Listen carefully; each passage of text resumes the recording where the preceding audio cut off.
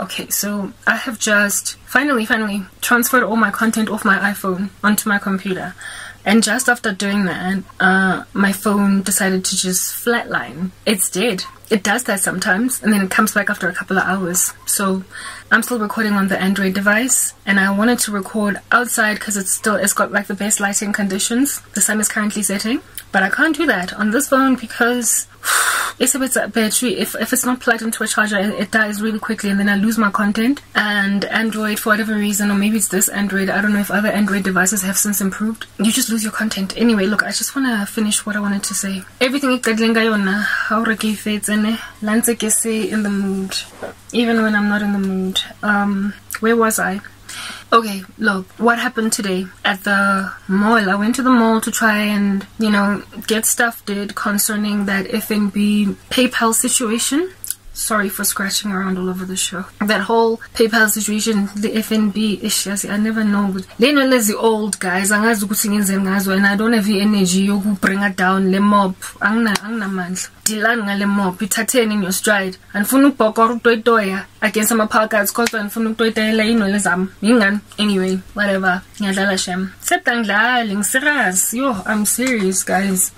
Yes, I'm so distracted, as you can tell. Like, it's taken me hours just to get to this point. But let's just speak. Okay, so I was going to go and get that did. Finally, I spoke with the Forex department at FNB blah blah blah. Okay, and I realized that I need to come back home and try again, and I will likely succeed. I did blah, right? But I was in the bank, I was in the mall, right? So there are other things that I figured, let me just try and do these anyway. Standard Bank has been running me up and down like a headless chicken to try and get my card, my bank card, to collect it. Last time they told me they took it back to the head office because it took me forever to fetch it, and then the next time the power was dead. So not power getting, the systems were offline, so I had to come back. And so this is the third time. I was like, yes, then it's now or never. So I went to the Standard Bank, and en route Standard Bank, remember I told you, okay, just to give a little bit of context, since in the middle I ranted about the apartheid crisis in the country.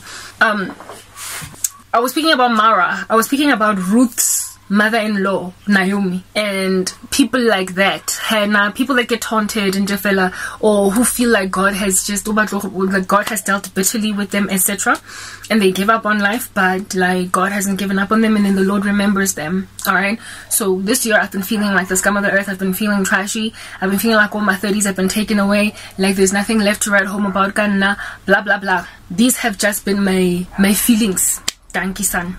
So I also told you guys that I desperately wanted children, and the fact that I don't have them at 38 is just really grating me and killing me, despite the fact that I still get periods that are very painful, like the ones that I'm going through right now.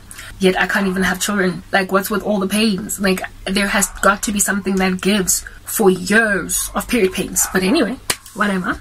I guess I should be grateful that I'm still getting my period. I haven't menopaused. Anyway, yeah, so I'm feeling that nasty. That's the emotional state that I am in at that stage, right? I'm dragging my life through the mall, even though I'm speeding as I walk, because I don't have money to pay for parking, and I parked in free parking that's only free for the first hour. Following that, you have to pay. So I was gonna get stranded at the mall. Guys, my life sucks. I was gonna get stranded at the mall if Standard Bank took my time, my merry time, or if Standard Bank did not do things real quick for me, or I was just gonna like suddenly run out of Standard Bank before the 1 hour mark, like Cinderella, you know, hit. So I went in there tapping my feet on the ground, hoping that FNB is not going to make me wait forever, and Standard Bank, and God graciously made sure that all these people did for me what needed to be done for me within an hour. The life I live. Where's the parking guy? If you exceed 1 hour, get 10 rand. I get 10 rand. I don't have 10 bucks. That's how much parking costs. If you exceed an hour, 10 bucks. I don't even have that much. Anyway, whatever. So I was pulling stands. I went to the mall on fumes, reserves, the petrol. Key situation alright. But how about now for excuses I still don't understand to this day. They're just like wild animals. I also highlighted that I'm busy currently being treated strangely. It's nothing new. Every so often they break out into hives. Abantu bagithi when this demonic attack rampant. You've got all that context, so I'm feeling like trash. I'm running through the mall. I'm sweating it up a storm. Like, I've got such an oily face that if I exasperate myself even slightly, ingati, I've poured mafura mosfatleho. Ne, I don't necessarily drip, but it's oil. It doesn't drip. It's oil. I get shiny when I'm hot. So I shine like a patty. Do you understand? I'm running through the mall, but dragging my feet because I'm sad. And then there's these two guys. They don't look like they could be older than 24 or whatever, or 25. Promotions. They were selling some service, some math and science set to improve your children's maths and science or something.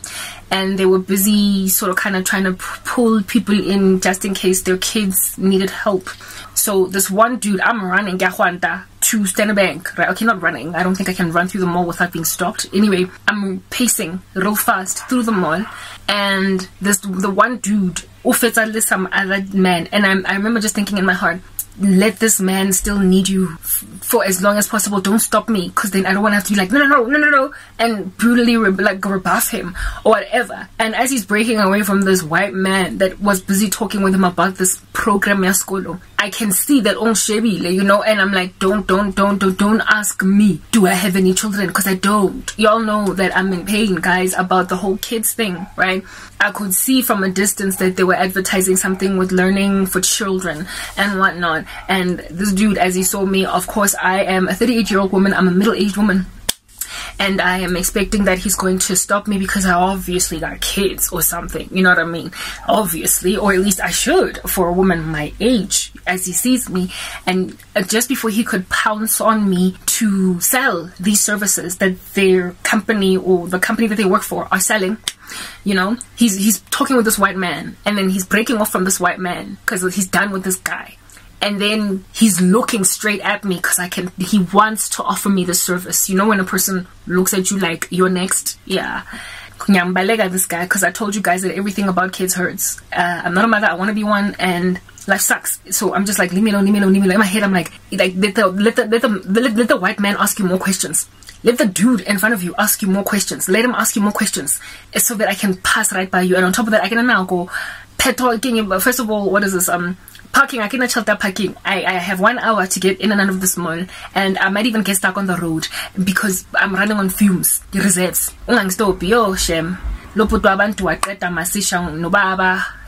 This guy finished with this man, and this man left him. I was like,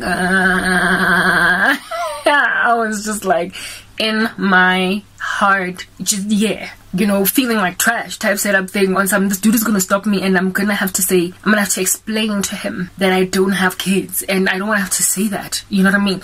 Anyway, whatever. And so the services, like, there's nothing that I can do for him concerning it.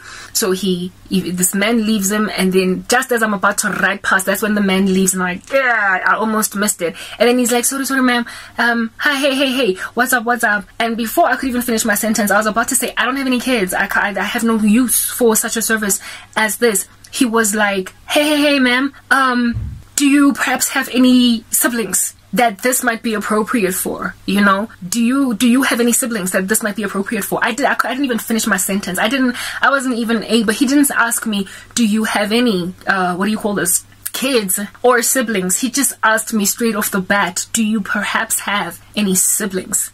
You know, and basically siblings, it was an offering for toddlers. You could tell that those kids were like 7, 8, 9-ish maybe. It was a service of that nature, like learning for maths, for science, for kids that age.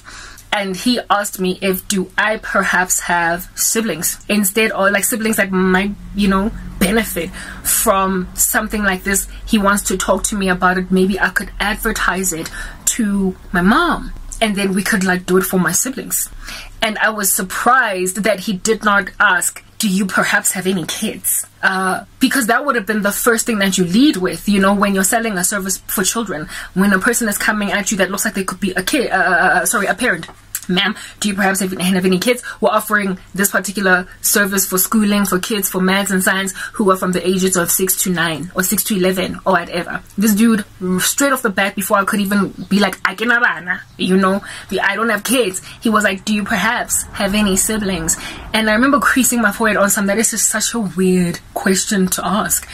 why jump straight to siblings? What, are you supernaturally tuned into the spirit to know that I don't want anybody asking me about kids? But it was weird that he didn't ask me that. And as soon as I was like, no, I don't have any siblings, at least not ones that are that young, you know.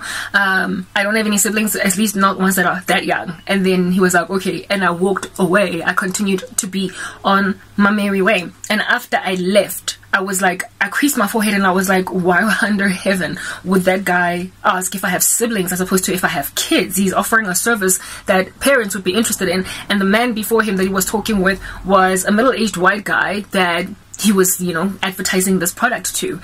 And for the life of me, I was like, okay, so that man was slightly, not slightly, he looked older than me, maybe by like 10, 15 years.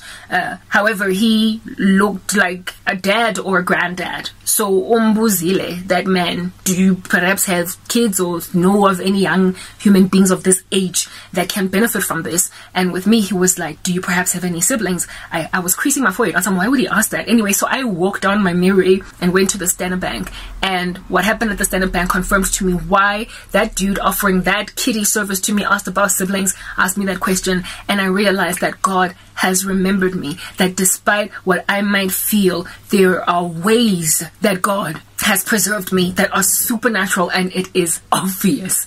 It made me feel so good. Let's move on to the next part.